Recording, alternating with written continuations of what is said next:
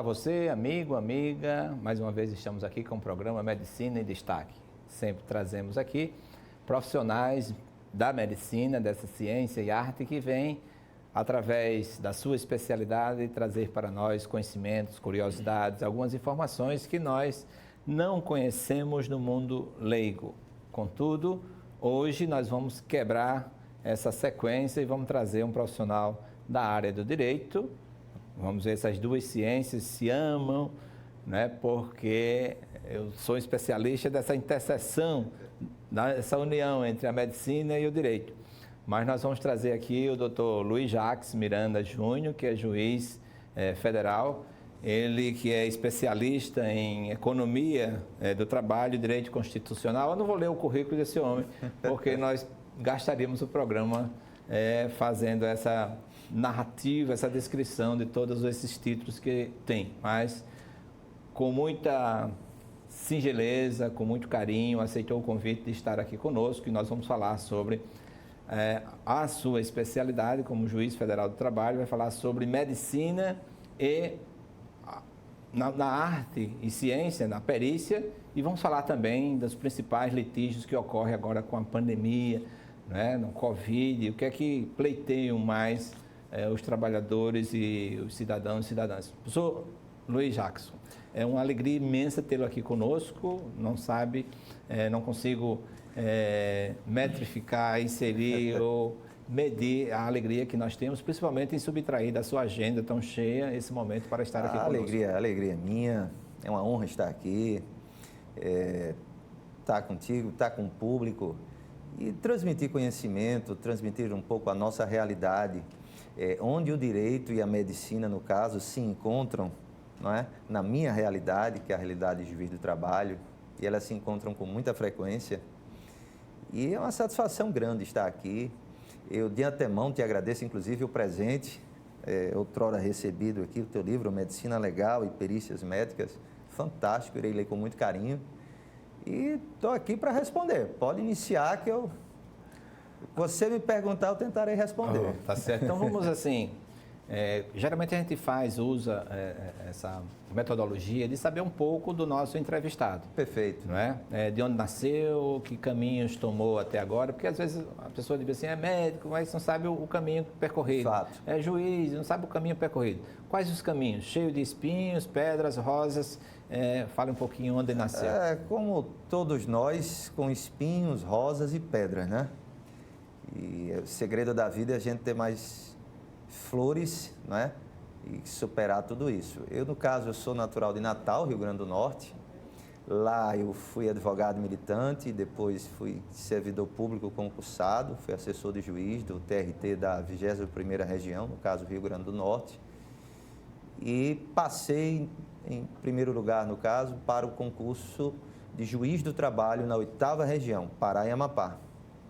Atuei em todas as varas, em todo o interior do estado do Pará e do Amapá. Fui juiz em Altamira, por exemplo. Altamira, ela é do tamanho da Bélgica, é um município. Nossa. E depois disso, por convocação do TST, foi a primeira convocação, inclusive, de juiz do trabalho substituto, à minha época, eu tive a honra também de atuar no TRT da 14ª Região, Rondônia e Acre. Lá eu fui titular de 5 varas, Tarauacá, Feijó, Sena Madureira, Cruzeiro do Sul. Passei 9 meses lá. Depois disso, retorno ao Pará. Fui promovido a titular da vara de Redenção, lá, sul do Pará. Combati trabalho escravo. No caso, nós andei escoltado durante um tempo. Redenção fica num triângulo. Muito comum, né? Naquela...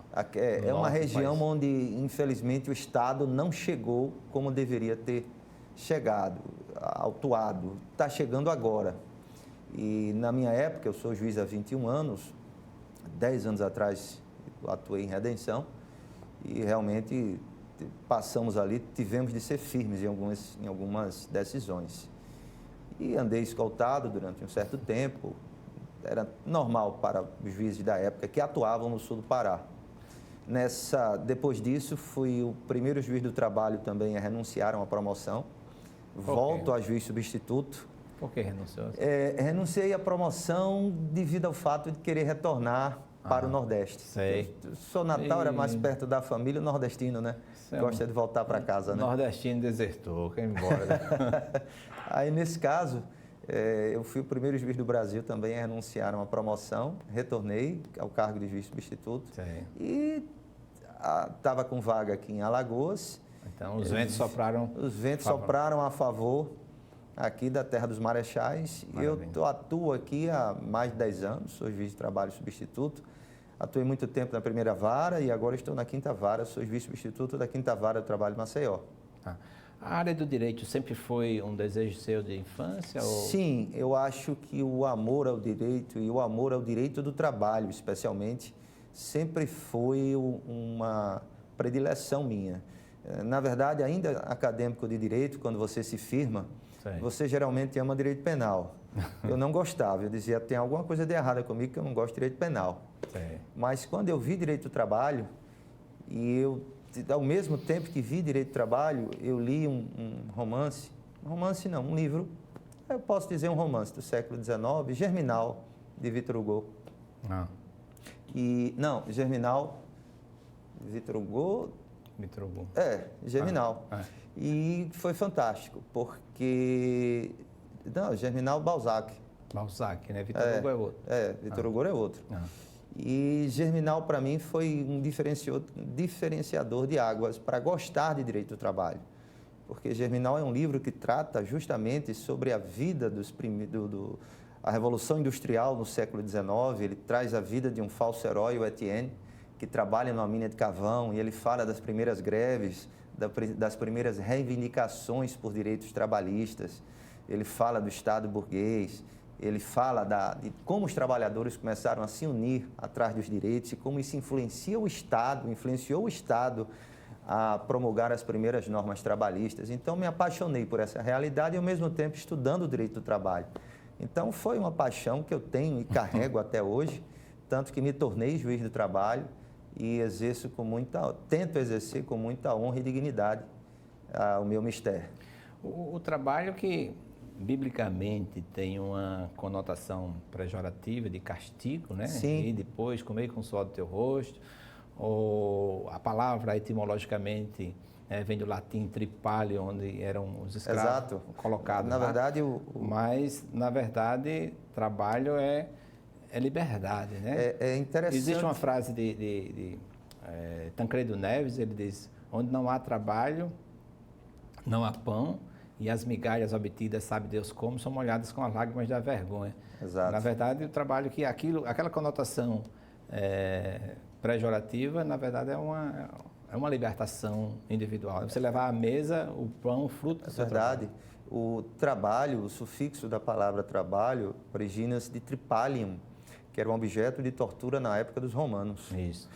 E é interessante porque o primeiro livro, o livro mais importante que nós temos na face da Terra, que no meu entendimento é a Bíblia, é o primeiro castigo dado ao homem, não é? A mulher, após Eva comer o fruto proibido e eles serem expulsos do paraíso, é a mulher parir com dor e o homem conquistar aquilo que ele deseja com o suor do seu trabalho. Então, o trabalho sempre teve, essa palavra, uma conotação negativa, desde o início da humanidade. Trabalhar era para o pobre, não era para o nobre. Trabalhar era para o servo, trabalhar era para o escravo. Aquele bem de vida não trabalhava. Essa conotação negativa da palavra trabalho e do trabalho, ela só muda um pouco antes da Revolução Industrial. Ela muda após a Revolução Francesa, 1789, ela começa a mudar essa questão do trabalho, quando surgem as primeiras repúblicas, surge o Estado burguês, surge uma nova ideologia, surge até um questionamento sobre a própria religião católica, que você tem um protestantismo, e a ética do protestantismo, inclusive, é a ética da prosperidade, e só se prospera trabalhando. Então, é interessante porque esse conceito moderno só vai surgir em 1789, 1800, ou seja, o que eu quero dizer com isso? Foram 19 séculos 19 séculos para que a palavra trabalho tivesse um contexto positivo. Verdade. E hoje, inclusive, a palavra, se você quer denegrir a imagem de alguém, diga que ele não gosta de trabalhar. Chame-o de vagabundo, né? É verdade. Então é interessante como isso muda, né? E tem esqueci o nome do filósofo, eu não posso esquecer o nome dele, mas ele escreve um texto sobre o senhor e o escravo, né? Sim. De que numa arena 2 gladiadores estavam lutando quando um vence e ao vencer deveria decapitar o outro. E o outro pede para que ele peça ao rei clemência e ele pede e transforma ele em escravo. Vão para os campos e esse escravo fazia tudo, né? Enquanto o seu senhor, aquele vencedor da arena, deveria ficar lá sentado, etc. E com isso ele foi tendo excesso ponderal, ou seja, foi engordando lá, não conseguia fazer nada. E depois ele tornou 100% dependente do seu escravo, ou seja, o senhor ficou escravo do seu escravo, né? E com isso mostrando que o trabalho não é castigo, é liberdade, né? Se mostra uma sociedade próspera, obviamente tem um índice de empregados razoáveis, ou acima daquele valor médio. Acredito eu que um homem, ele é 50% da mulher que ele encontra para amar e da família que ele faz. E os outros 50% é o trabalho. É o trabalho que exerce. E é o trabalho que traz a dignidade, é o trabalho que traz a prosperidade, é o trabalho que traz, inclusive, condições dele cuidar dos outros 50%. Maravilha. Não é verdade? Doutor Luiz Jackson, nós vamos falar aqui um pouquinho sobre o nosso telespectador, né? Peço venha até aos profissionais que exercem áreas como a nossa, mas assim, existe o público que precisa ter conhecimento do que é o direito, né? Perfeito. Né? Para depois a gente entrar dentro do direito... direito do trabalho. Do direito do trabalho propriamente dito. Direito é o que há, no meu entender, é um conjunto de normas que vão reger a sua vida desde o momento que você nasce até o momento que você falece. Direito é um conjunto de normas surgidas, então, regidas pelo Estado. O Estado é que tem justamente a autoridade, que vai reger padrões de conduta a serem tomados pela sociedade. Nenhuma sociedade pode sobreviver sem um direito. O direito, na verdade, é aquilo que há de mais puro, porque ele representa o que aquela determinada sociedade entende como regra de convivência. O direito o direito limita, no meu entender, o lobo que está dentro do homem. Ubi societas ibi ius, já diziam os romanos. Para toda a sociedade existe o direito. Então, o direito nasce com o próprio homem. Você não pode viver sem normas. Se porventura o vizinho da minha casa, um exemplo prosaico, o meu vizinho está com som alto e ele se recusa a abaixar, eu não posso simplesmente ingressar na casa dele e abaixar o som dele, ou então partir para as vias de fato. O que é que acontece? Existe uma lei do silêncio, eu posso fazer um boletim de ocorrência, eu posso, pela lei, inclusive até no meu condomínio, eu posso solicitar que o síndico intervenha. Então, os homens necessitam, para viver em sociedade, de normas, de regras.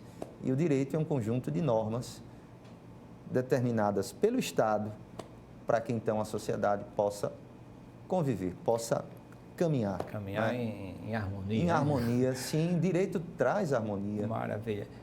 Vários são os campos do direito, né? Existe o direito penal. Eu entendo que o direito é ilimitado. É ilimitado. Você tem... Cada dia que nasce uma nova... Cada dia que nasce uma nova especialidade. Por exemplo, hoje a gente fala muito em direito à informática, hoje a gente fala muito nós temos agora um grande confronto, que é a nossa lei da intimidade, a LGPD, que cuida dos nossos dados. Né? Então, direito à intimidade, você vai falar muito. Para mim, é a discussão do século, inclusive, porque hoje, inclusive nos fóruns, na nossa justiça, inclusive as provas mudaram.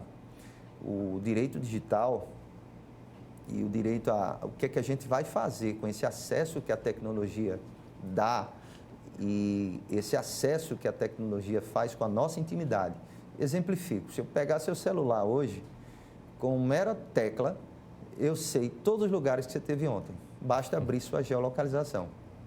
Hoje em dia, na justiça, por exemplo, se um empregado diz que laborava até às 22 horas, eu posso requisitar ou o celular dele, então se ele se negar à operadora onde ele trabalha, e vejo se às 22 horas ele estava na empresa. Todo o trajeto, todo o caminho. Todo o trajeto. É incrível, nós perdemos a nossa intimidade. É verdade. Nós estamos, e isso aí, quem vai nos socorrer? O direito. Não é? Porque hoje é o que a gente mais estuda justamente. Qual o limite disso?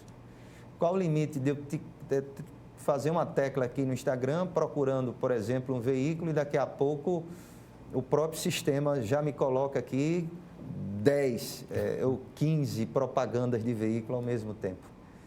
E por aí vai. Para mim, o grande debate do século é o que fazer com a nossa intimidade, tão devassada por essas redes sociais. Né? Eu chego até pensando que será uma entidade espírita que está...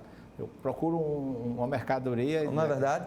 Basta você clicar, aí daqui a pouco chega... Cheio. E isso mexe com tudo. É o que eu estou dizendo. As provas...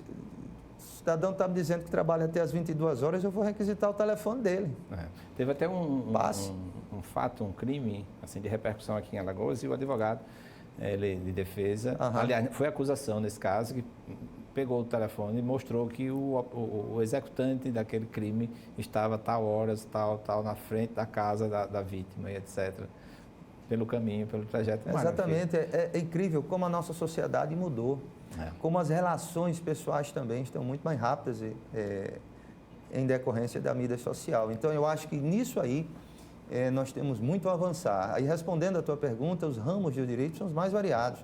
Eu tenho, hoje, direito digital é o que vai justamente nos resguardar a respeito dessas novas questões que vão nos debruçar. Eu tenho direito de trabalho, eu tenho direito econômico, eu tenho direito civil, que nos rege desde o início ele nos leva desde o nosso nascimento até a morte. Todos os atos importantes da nossa vida são regidos pelo direito civil.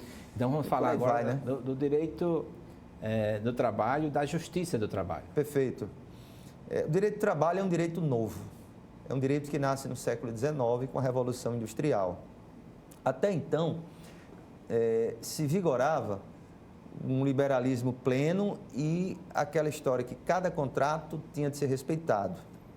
E quando você vai e ingressa no século XIX, você sai de uma atitude civil, mercantilista, servil, e aquela coisa incipiente, você tem o início da máquina a vapor, você tem o início da industrialização, e você tem um salto aí de produtividade, o mundo ainda não estava preparado para que novas relações seriam.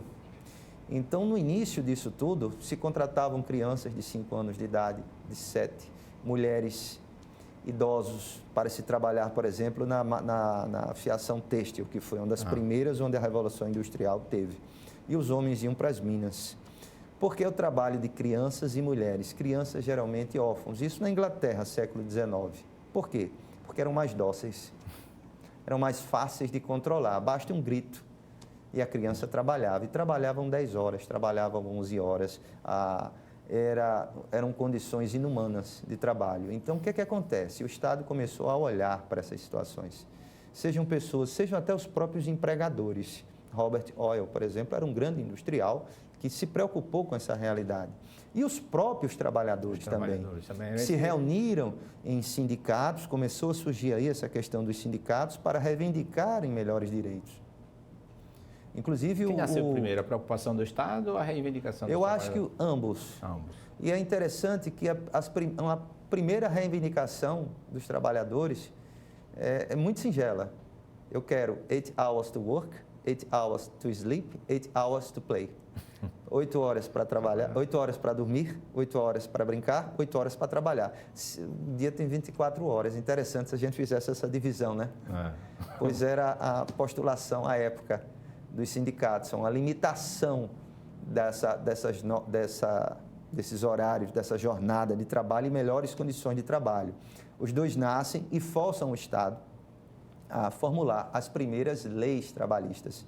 E daí surge o direito do trabalho. O direito do trabalho, então, surge para regular uma nova relação jurídica, que é a do contrato de emprego, envolvendo empregado e empregador. E são situações, eles estão em polos antagônicos, e o direito do trabalho vai justamente regular conferindo normas de proteção ao empregado e normas de atuação ao empregador. Uhum. Nessa Justiça do Trabalho. Só justificando, e com isso ele equilibra essa relação.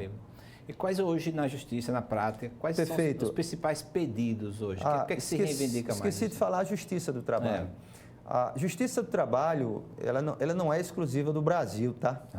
Porque muita gente, quando quer criticar, diz que Justiça do Trabalho só existe no Brasil. Não, negativo. Você tem tribunais trabalhistas na Inglaterra, você tem a Justiça do Trabalho na Alemanha, você tem Justiça do Trabalho na Argentina, você tem Justiça do Trabalho no Chile, você tem normas trabalhistas e tribunais trabalhistas, inclusive, até nos Estados Unidos.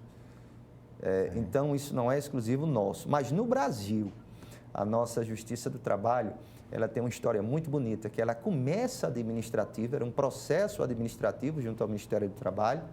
O Brasil teve uma industrialização tardia, a partir de 1932, e a nossa justiça, propriamente, ela começa administrativa, vinculada. Por isso é que nós temos termos administrativos. A gente não fala autor e réu, a gente fala reclamante e reclamado, que é justamente uma derivação de um processo administrativo. Mas quando a questão trabalho se torna importante, ela acaba ingressando ao Poder Judiciário. Então, você tem em 1946, a Justiça do Trabalho, ela ingressa ao Poder Judiciário. Ela inicia a administrativa, era um procedimento entre empregado e empregador, junto ao Ministério do Trabalho. Depois, as sentenças passaram a ser exequíveis na própria Justiça. E depois ela se judicializa, ou seja, ela ingressa no nosso país, fazendo parte do Poder Judiciário Trabalhista. E hoje, ela está capilarizada, nós temos 3 níveis de hierarquia, as varas do trabalho, depois cada estado tem seu Tribunal Regional do Trabalho, e em Brasília existe o Tribunal Superior do Trabalho, TST, com 27 ministros.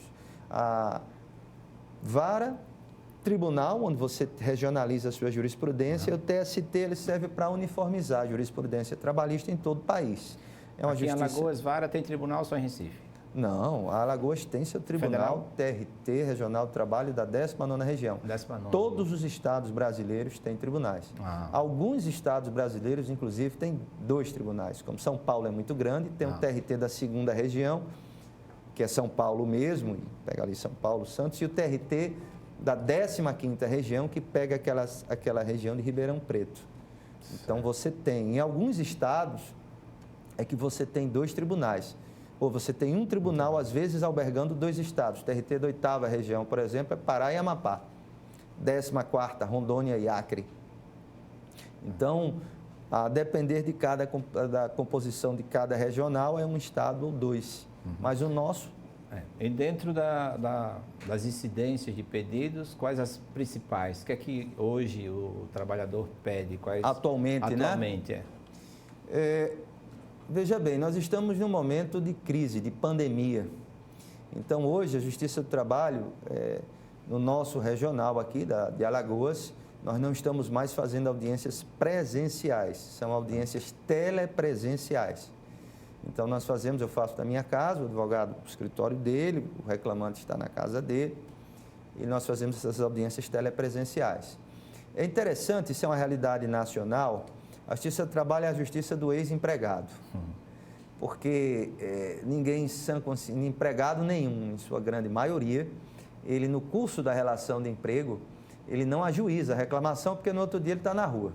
Isso é comum? É comum. Então, nesse caso, o que acontece? Geralmente ele perde o emprego, aí ele ajuiza. O número de demandas hoje, como estamos em momento de crise, é muita verba rescisória, ou seja, aquelas verbas decorrentes do término do contrato, aviso prévio, férias proporcionais, 13º salário proporcional, FGTS do período mais 40%, e também horas extras. Nós pegamos com certa frequência. Doenças ocupacionais também. Nós estamos... Sim. Assim, um caminho pedagógico, porque existe a diferença entre a doença ocupacional e o acidente de trabalho. Perfeito. Né? Então, faça assim uma distinção para o nosso telespectador. Quando eu falei que nós pegamos doenças ocupacionais, na verdade,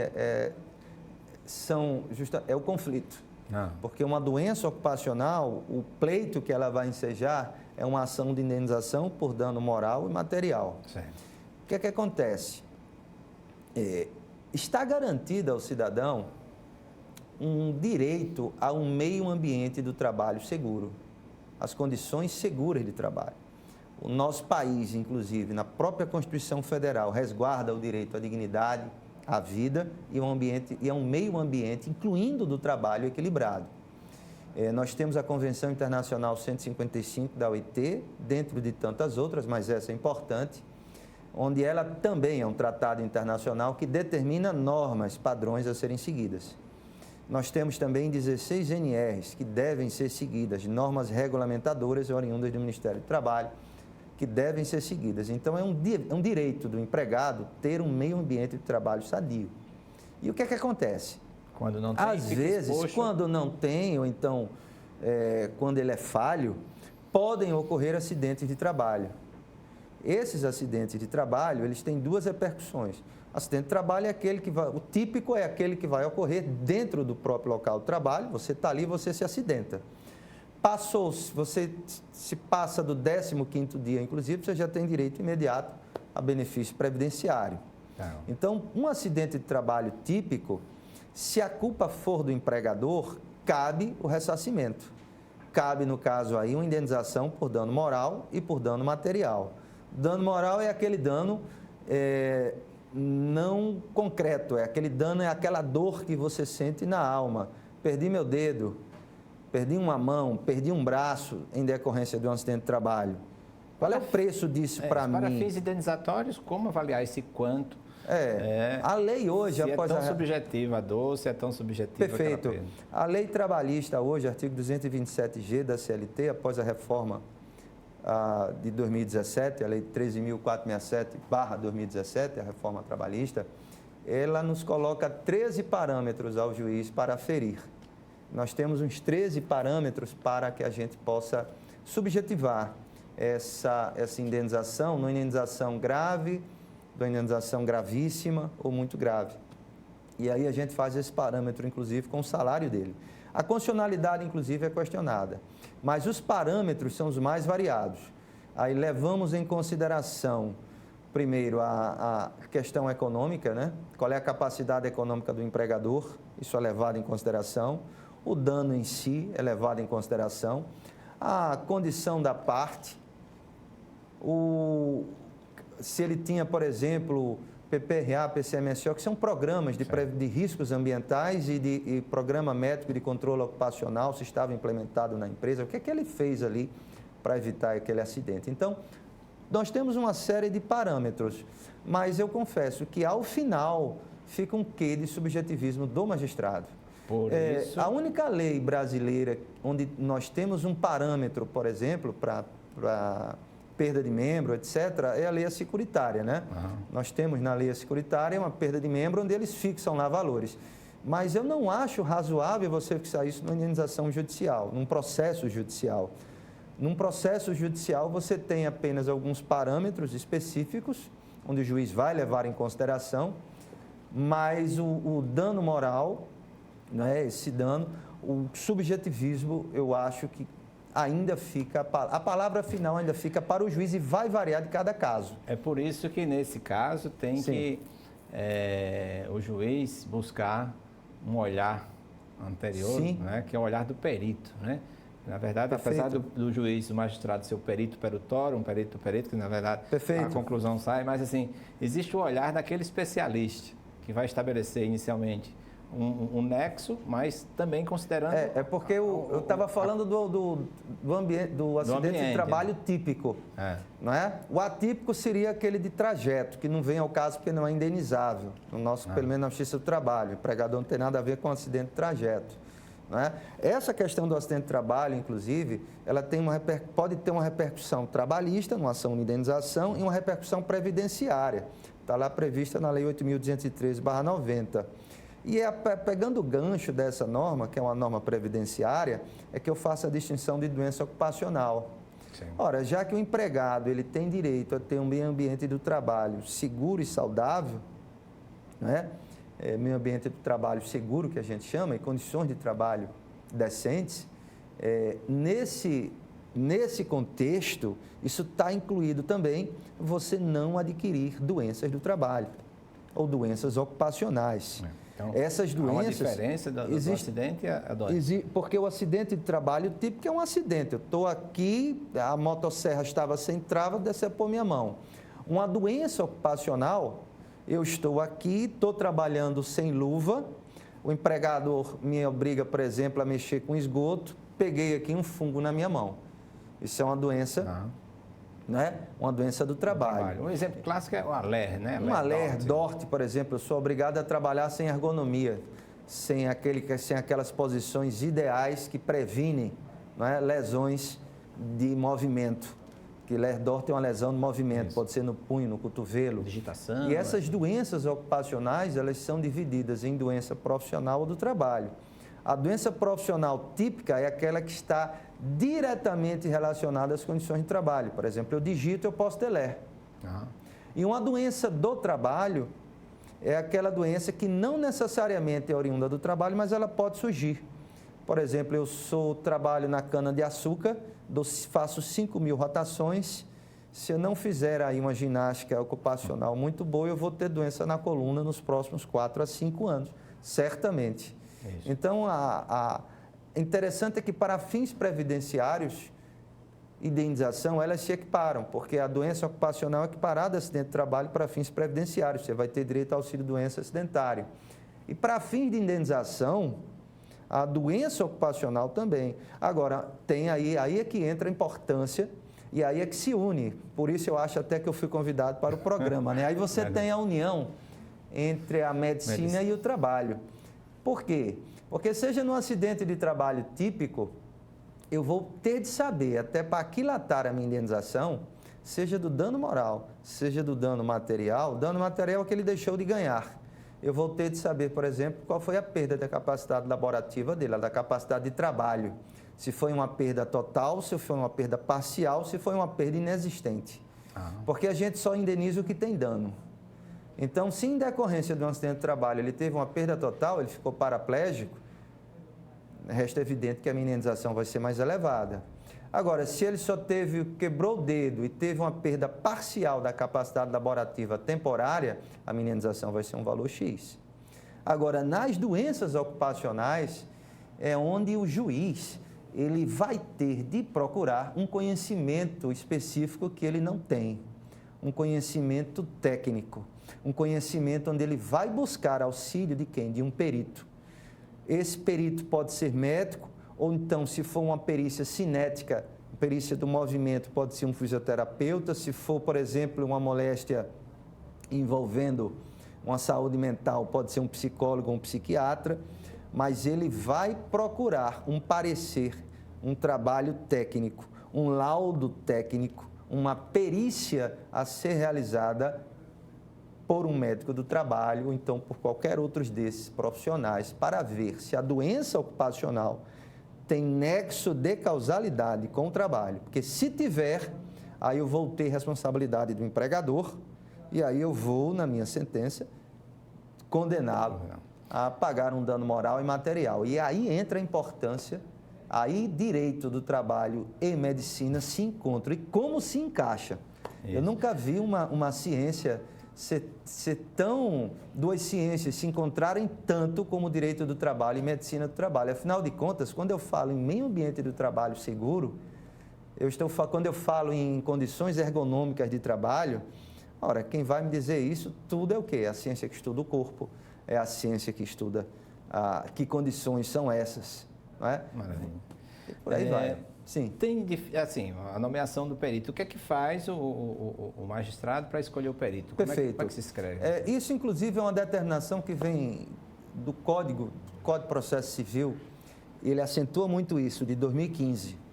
Hoje, o perito que quer fazer perícia, falo pela Justiça do Trabalho, os outros órgãos do Poder Judiciário, ele se habilita numa lista pelo tribunal e nessa lista o juiz vai escolher.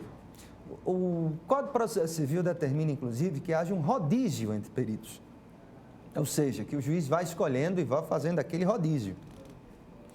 Na prática, o juiz do trabalho, pelo menos eu tiro por mim, eu vou pela qualidade das perícias. Eu faço até rodízio, mas eu escolho assim sempre os melhores peritos. Sei. Então, o que é que faz? O perito se inscreve nessas listas, as listas são passadas para as varas de trabalho, no meu caso, e quando a gente necessita ali na audiência, a gente pega aquela lista e vai ali classificando qual é o perito que você quer. Foi intenção minha, quando presidente da Associação dos Peritos, em criar um quadro de peritos e na audiência, existe a primeira audiência, na segunda audiência, né, de conciliação, o juiz poderia, a associação ofereceria lá o link, dizendo assim, a perícia será realizada no dia 14 de julho. Então, nesse dia, o médico de plantão é fulano e tal.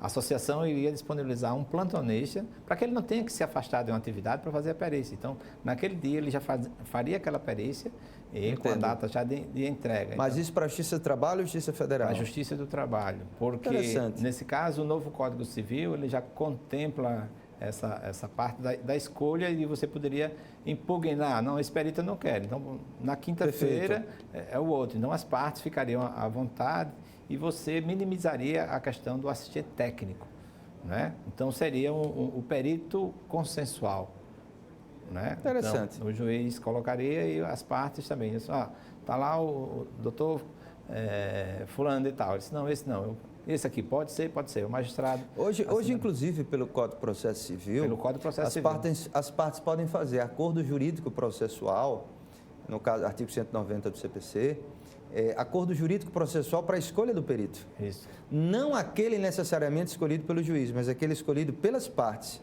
Elas podem, inclusive, fixar regras e normas, já determinar os honorários. Eu acredito que elas só não podem avançar para ver a questão da recorribilidade, porque isso aí, para mim, era um direito fundamental da parte, só se realmente elas me explicassem o porquê não da não recorribilidade. Disse esse exemplo, mas a escolha do perito, sim. A ideia é boa, mas tem de ser para frutificar, né?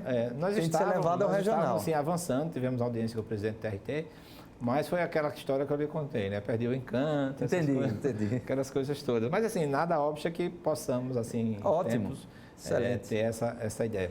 Mas muito importante que fique claro que a perícia trabalhista, até um pouco diferente da previdenciária, mas na trabalhista eu acho essencial que, especialmente nos casos de doença ocupacional, que o médico perito, além da perícia no paciente, ou seja, no reclamante, na parte autora, que ele vá até o local de trabalho e verifique que condições de labor esse trabalho era exercido. Exceto quando não mais existe, já uma vez que a justiça é de desempregado, né? Daquele que já perdeu e a condição de trabalho já não existe. Vamos considerar aqui uma questão de usinas, onde a usina já foi fechada, etc. Nesses casos, eu vou pela jurisprudência do STJ. A gente pode fazer uma perícia por similaridade.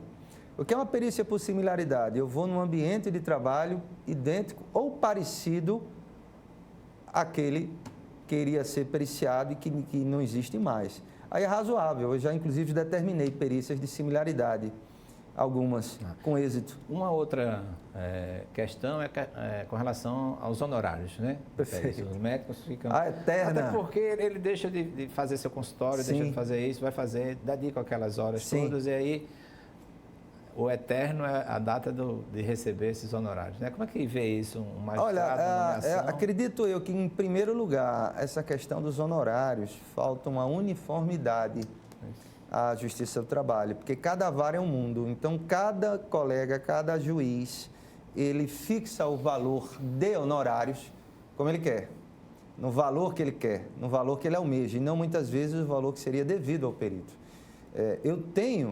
Nós conversamos sobre isso, inclusive, em outras oportunidades, e eu tenho a seguinte visão em relação ao perito. Para mim, ele tem de ser bem remunerado, porque já que eu exijo um bom trabalho, eu também quero boa remuneração, eu também pretendo ofertar boa remuneração.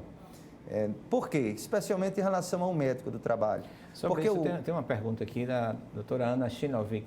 Sim. Ela faz agora ela está fazendo? Ela vai fazer agora. Boa. tá?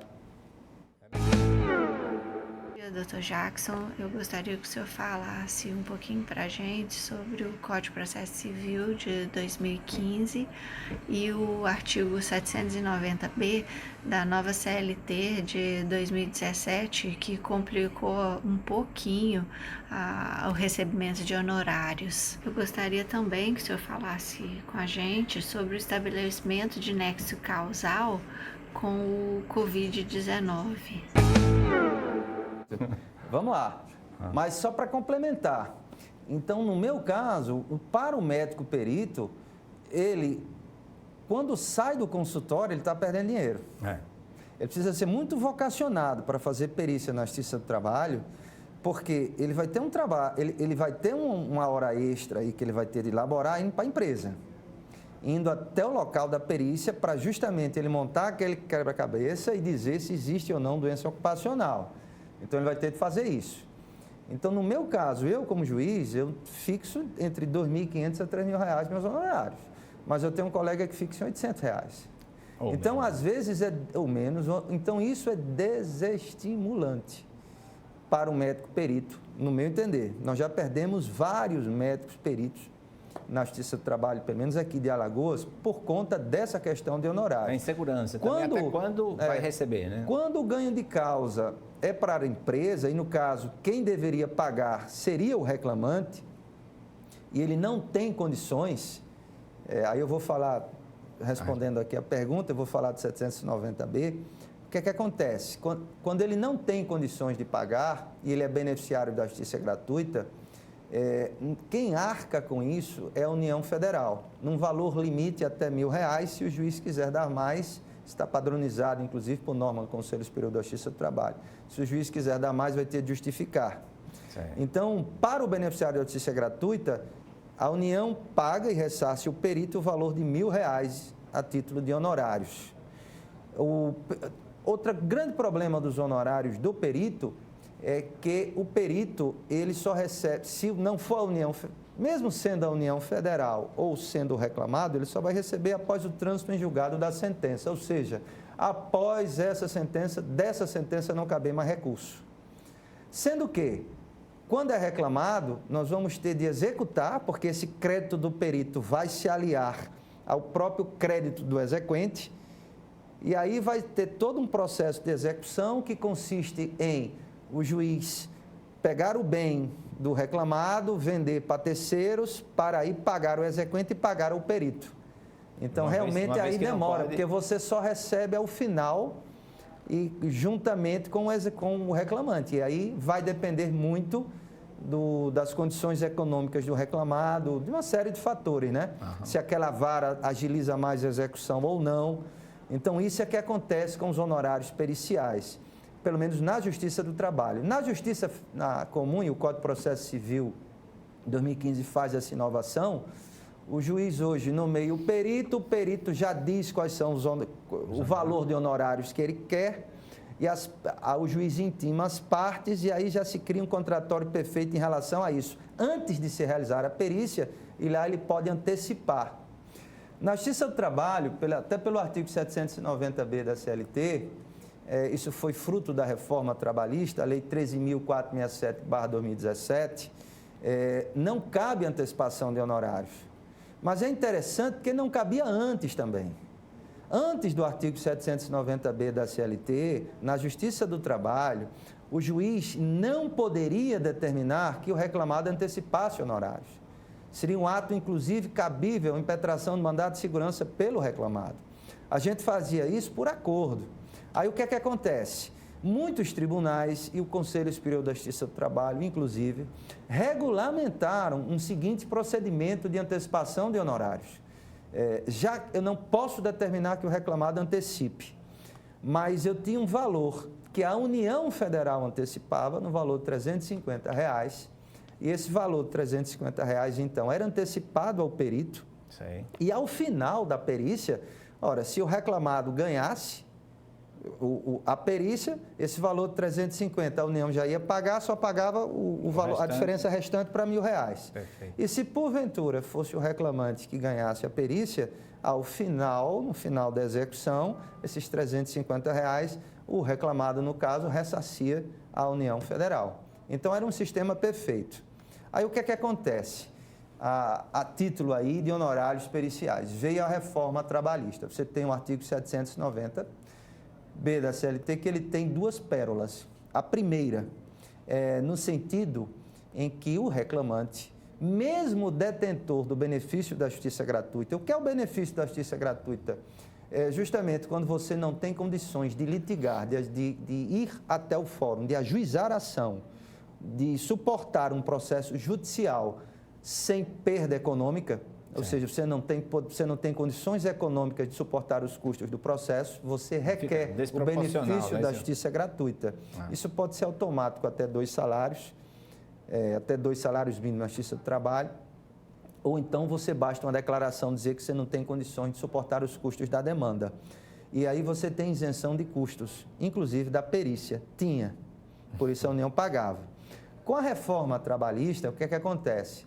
Esse artigo ele é alterado, no sentido, é acrescido à CLT, no sentido de dizer que o reclamante, mesmo detentor dos benefícios da justiça gratuita, se perder o objeto da perícia, irá ter de arcar com os honorários do perito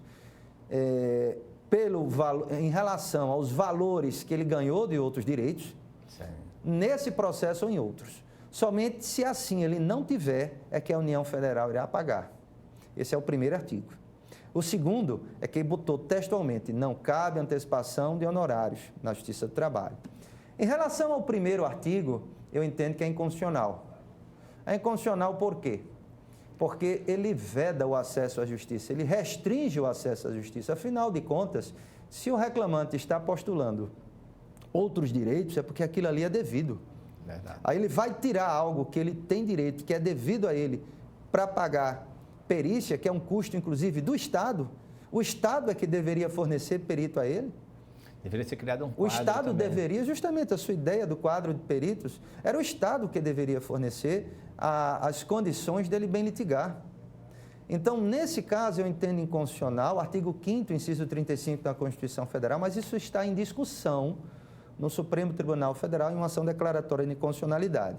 E aí vem esse artigo agora, textualmente, que diz que não cabe mais antecipação de honorários. Então, eu tenho muitos colegas juízes que estão pegando a literalidade desse artigo e não estão mais antecipando honorários nem pela União Federal. Eu confesso que eu tenho outra interpretação. Eu acho que esse artigo diz, não cabe mais não cabe antecipação de honorários pelas partes. Mas a antecipação pela União Federal, que inclusive é regulamentada, nós temos norma do CNJ sobre isso, CNJ não, Conselho Superior da Justiça do Trabalho, essa regulamentação ainda está vigente. A União Federal. Então, a União Federal pode antecipar porque não há prejuízo ao processo. Verdade.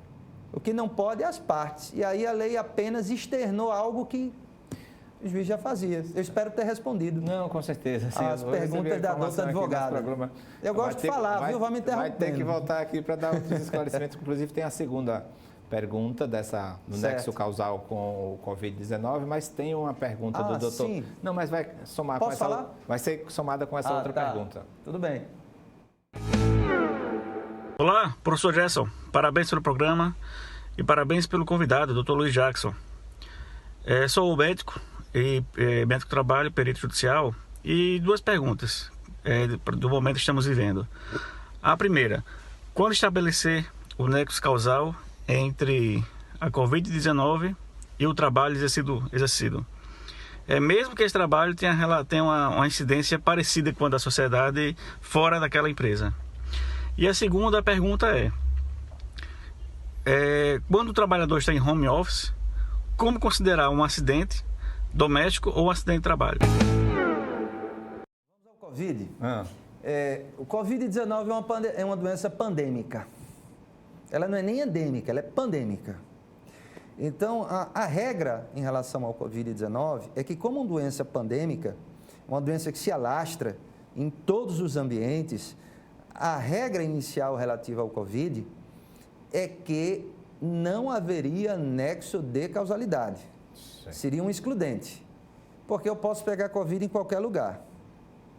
Essa é a primeira ideia. Certo. Mas a segunda é a seguinte, O empregador, ele deve ser zeloso pelo seu ambiente de trabalho. Eu já disse isso aqui, correto? Certo. Inclusive, norma, artigo 135 da CLT tem norma a respeito disso. Então, se ele deve zelar pela saúde e segurança dos seus trabalhadores, existem determinadas situações onde o trabalhador suporta um risco maior de contágio do que o oferecido pela sociedade. Exemplos, hospitais. Hospitais, tudo que trabalhe com público, hospitais trabalham com público e com a doença que está lá dentro, não é verdade? Uhum. Mas, por exemplo, um cobrador de ônibus, um motorista de ônibus, um entregador de fast food, eu tenho uma gama de situações, de atividades onde o trabalhador vai suportar um risco maior do que o suportado pela sociedade em relação ao contágio do Covid. E todas as vezes em que eu tiver essa situação referente a contágio de Covid, pode sim existir um nexo de causalidade. Aí o que é que eu vou ver? Cada caso há de ser analisado no seu contexto. Por exemplo, o médico trabalha em 2 hospitais. Qual foi o hospital que ele adquiriu o Covid? Verdade. Aí eu vou perguntar, qual é o hospital que fornece EPI mais completo? O equipamento de proteção individual, que fornecia máscara, que fornecia o avental. O que é que estava faltando ali? Onde é que faltava? Porque aquele que não fornecia o EPI completo é que, com toda certeza, irá sofrer esse ônus. Um cobrador de ônibus trabalha com máscara, a empresa fornecia máscara a ele. Então, vai depender do contexto. Se as condições de trabalho forem inseguras, pode sim existir nexo de causalidade e o Covid-19 pode ser considerado uma doença ocupacional. No caso, uma doença do trabalho, com causalidade direta. E aí eu vou ter um outro problema, viu? Sim.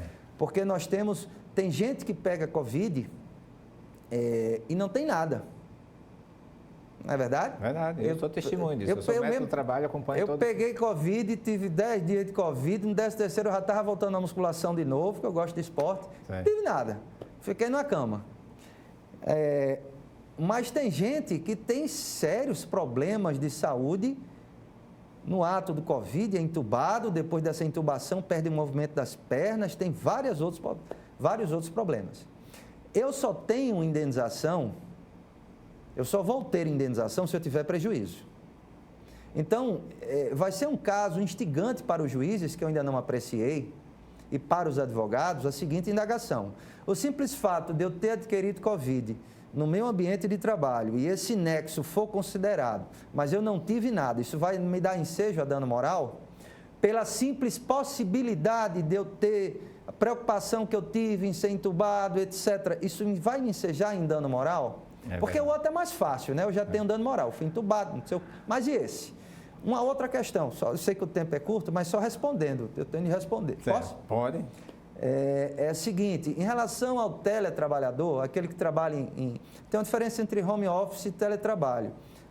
Essa diferença está no home office, artigo 6º da CLT, teletrabalho, artigo 75A da CLT. Eu entendo assim, apesar que a lei da pandemia botou tudo igual. Mas no home office eu transfiro o meu trabalho, minhas condições de trabalho, o meu ambiente para a minha casa e não entendo que home office, a jornada de trabalho tem de ser computada. Mas no teletrabalho não. Mas vamos lá. Na lei do teletrabalho, o empregado assina um termo onde ele aduz que as condições de saúde e segurança do trabalho estão sendo respeitadas. Ora, se do teletrabalho, esse termo, quem se responsabiliza pelas condições de saúde e segurança do trabalho, no teletrabalho também é o empregador. Então, nesses casos, o empregador tem que ir até o local do trabalho, esse termo tem de ser assinado. Mas eu acredito que, se mesmo esse termo assinado, mesmo o empregador indo, tem de haver fiscalização. O empregador tem de ir até o local. Porque se houver algum acidente no teletrabalho, nesse caso específico, algum acidente de trabalho ou até uma doença ocupacional que deva ser investigada, a responsabilidade, no meu entender, continua sendo do empregador, porque ele tem o dever de fiscalizar.